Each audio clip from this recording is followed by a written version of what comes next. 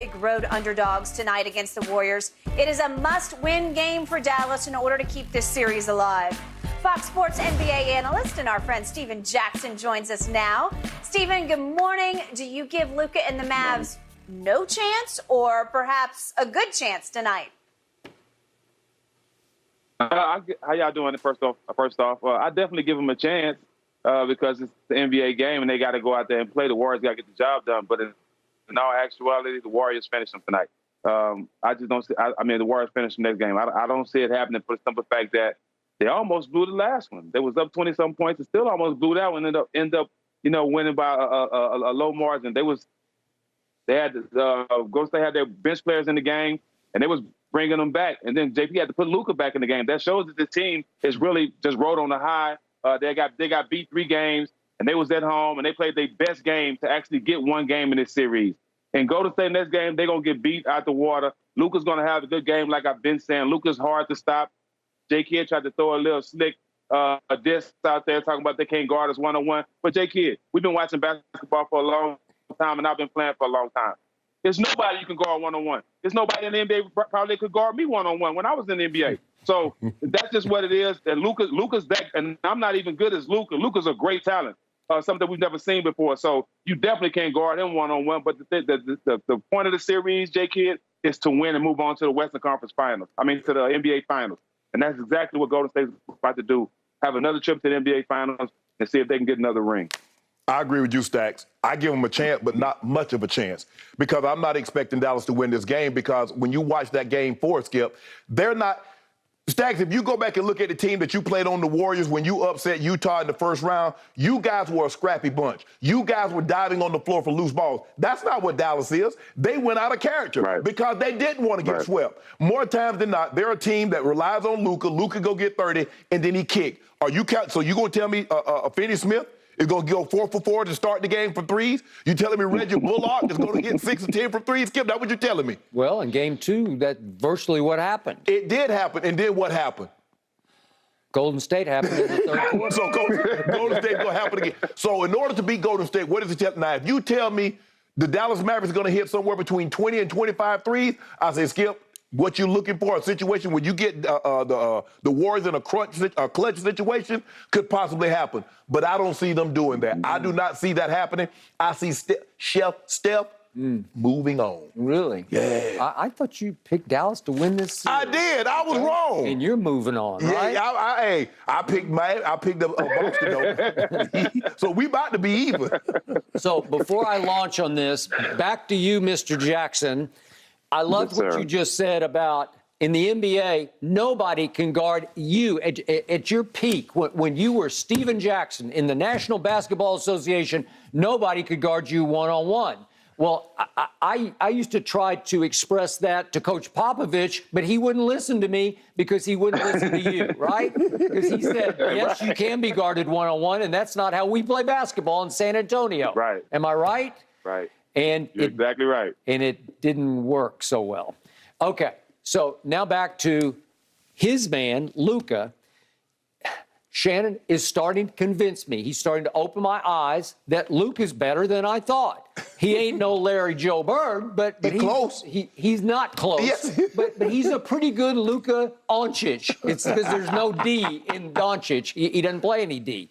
But the point is, he is starting to draw a bead on Andrew Wiggins. He is starting to figure out, I can do this and I can do that, because once this man gets 1 foot in the lane, we're talking about basketball genius at work. We're talking about not weight room strength, but I don't know where, we just got natural born strength. I don't know how he does it, but he's starting to bump off Wiggins like he weighs like 120 pounds. Right. He just knocks him back under the basket. Clay too light. He's just too light. They can't deal with him in the lane. So to me, I hark back to 2 things. Let's go back to Golden State versus Memphis. Memphis said, hell with you. We don't care who you are. We're not afraid of you. If they had Dillon Brooks for those 2 games, he's virtually gone for 2 full games. If they'd had Ja for the last 3 games, he missed the last 3 with his knee problems. I still believe Memphis would have knocked off Golden State, because Golden State was looking really shaky to me through long stretches of that series, and they trailed by 55 points at one point in Game 5 at Memphis, right? Okay, so I saw flaws. I saw vulnerability in the Golden State Warriors that slowly start to get exposed by the Dallas Mavericks. Well, obviously, Luka can get everybody their shots because once he gets in the lane, and he's not LeBron as a passer, but he's a very good kick-out passer. So he throws good skip passes. He gets it that I'm looking for my snipers, but they have to snipe. Tonight, for sure, on the road in a hostile arena, you have to snipe. And you don't have to snipe like you did, excuse me, the other night. You don't have to hit 20. Yeah, you do. But you got to hit 15 for sure. Right? you got to put the pressure back on the home team because I'm not sure the home team lives up to pressure all that well. Steph and Clay might have 15 between them. Skip, you got out-rebounded in the first 3 games. You was getting out-rebounded by 14 a game. You win the rebounding battle by 3. Why? Because you went all in. You didn't want to get swept. This is not who you guys are. You're not a great rebounding team. You're not a scrappy ball club. You're a dependent guy, one guy, and then he gets shots for everybody else. I'm not counting on those role players to make those shots on the road like they made at home. Maybe you are, Stacks, but I'm not counting on Reggie Bullock to go 6 or 10 from 3 on the road, or Finney Smith to go 4 or 7 on the road. I'm not counting on that. I'm just not. Fire away, Stephen. Well, if that's what Dallas is relying on, then they plan on having an early vacation, because I think at this point Golden State understands that Luka is everything for these guys.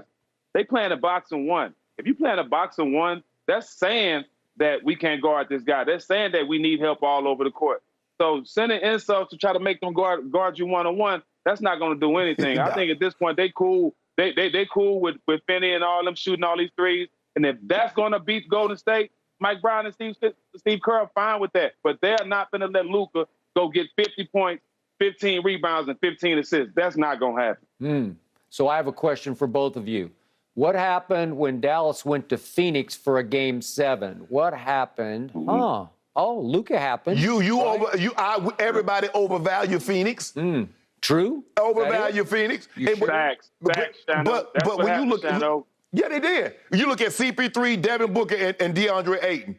They might have had 25 points between the 3 of them. So they went Jimmy Butler? Yeah, they went. No championship experience. Yeah. No championship experience over there.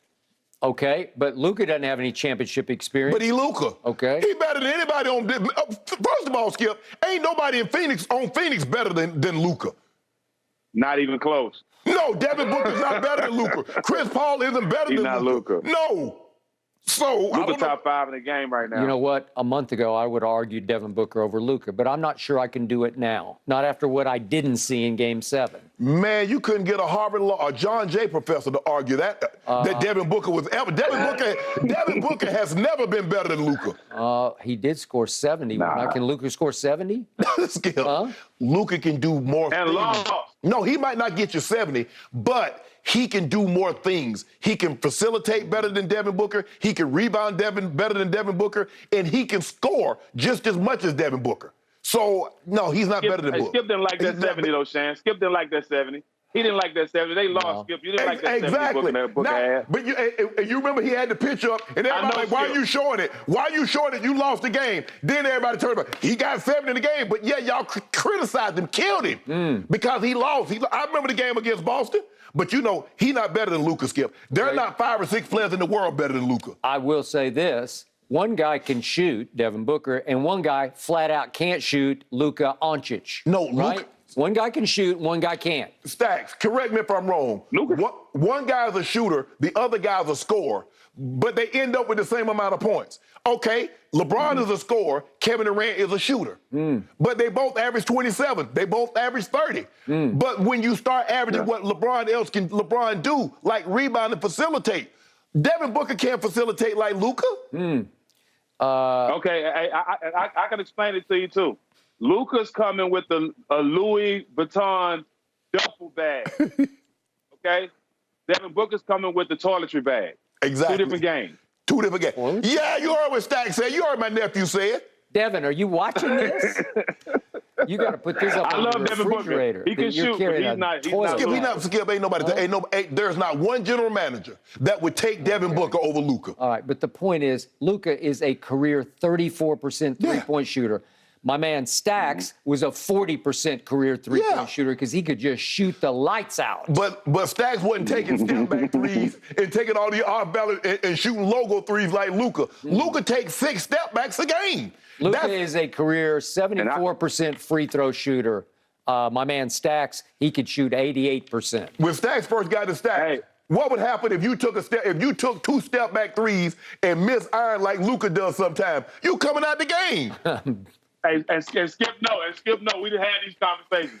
Pop would have set me all the way at the end of the bench if that would happen. You sat down there for 5 straight games. Exactly. That's why Luka averages so bad from the 3. All them step-backs threes he's shooting. Maybe he should quit shooting. No, he keep it going, Luka. Really? Keep it going, Luka. Devin Booker is probably third or fourth best shooter in the game right now.